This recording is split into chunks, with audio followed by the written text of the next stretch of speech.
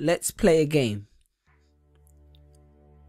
You guess who used to work at the Gap? Kanye West. Guess who used to sell hot dogs at the mall? Eva Mendes. I heard President Andrew Johnson was a tailor, George Washington was a surveyor, Herbert Hoover was an engineer, Theodore Roosevelt was a rancher, and President Jimmy Carter was a peanut farmer. Hugh Jackman, who plays Wolverine, was a clown. But look who's laughing now. You know what I noticed about successful people? Successful people take a course of action which coincides with their belief or passion. Put your hand up if you work a 9 to 5, or 5 to 9, or just any job which you don't enjoy but takes up half your time. Well, hopefully in a couple weeks, months, days, years time, you'll be able to come back to this video, hear that first line, and keep your hand down. Because how many times have you visualized taking a pen from the manager's desk, or the one the cashier keeps behind the till, the one your supervisor places it strategically in their hair, or the one the security guard keeps behind his ear for extra intimidation, and writing your resignation? Because there's nothing wrong with making an honest living, but be honest, are you honestly living? With this menial job which allows you just to stay afloat, yes, a job, a job, which leaves you just over broke every single month. Living your life just for the weekend, living life just on the weekend, because the other 5 days belong to your manager. You see, there's a big difference between a job and a career. Because in a career, no matter how many hours you work, you do it because it's satisfactory. But in a job, you do it for a salary. You're stuck in the rat race. And you know, being stuck in the rat race is one of the biggest of traps, because as a matter of fact, even if you win the rat race, you're still just a rat. See, I understand the need to have a job temporarily, but pursue a career eventually. Because in my job, I used to sell at least 200 shoes a day, and none of that was ever reflected in my pay. One of my colleagues once made the company 5 grand in 1 month. And you know what he got? An email, a £20 discount voucher, and a complimentary lunch. And you think you're safe because your job is commission based, until you've been working there for 3 years and the secretary with the short skirt gets a promotion because her and the boss went for dinner real late. I'm sure you can relate. But wait, are we still happy with an extra week holiday and a raise in a salary? Perhaps we need more clarity. Let's look at the statistics.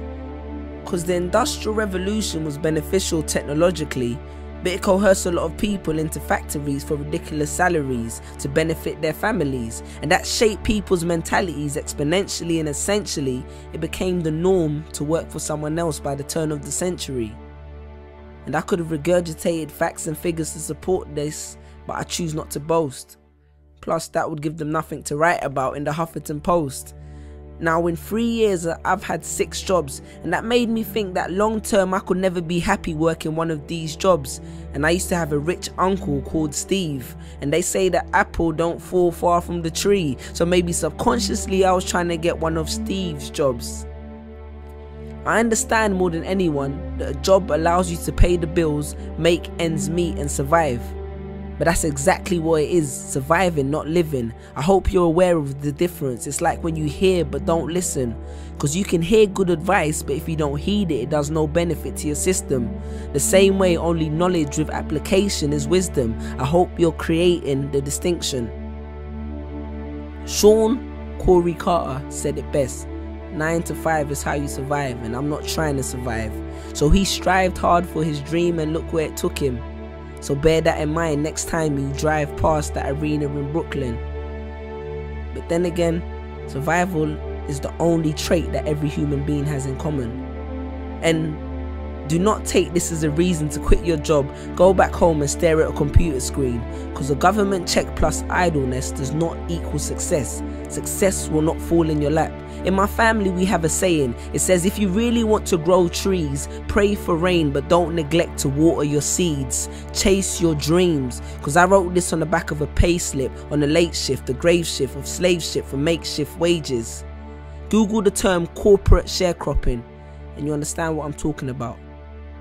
If somebody wants to do these jobs, then let them. And from the bottom of my heart, I respect them. Because I once met a garbage man who was the happiest man that I've ever met.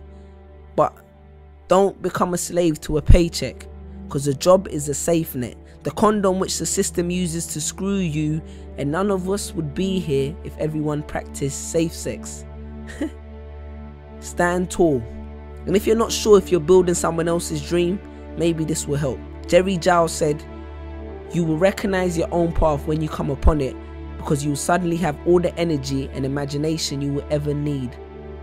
And don't be afraid to innovate, because it's not about how much change you make, but rather about how much change you make. Because a business that makes nothing but money is a poor business. So you decide what your life is worth, your passion or your paycheck. Because your playing small does not serve the world. Because what is our deepest fear? It's not that we're inadequate. Our deepest fear is that we are powerful beyond measure. Confucius. Choose a job you love and you will never have to work a day in your life. Peace.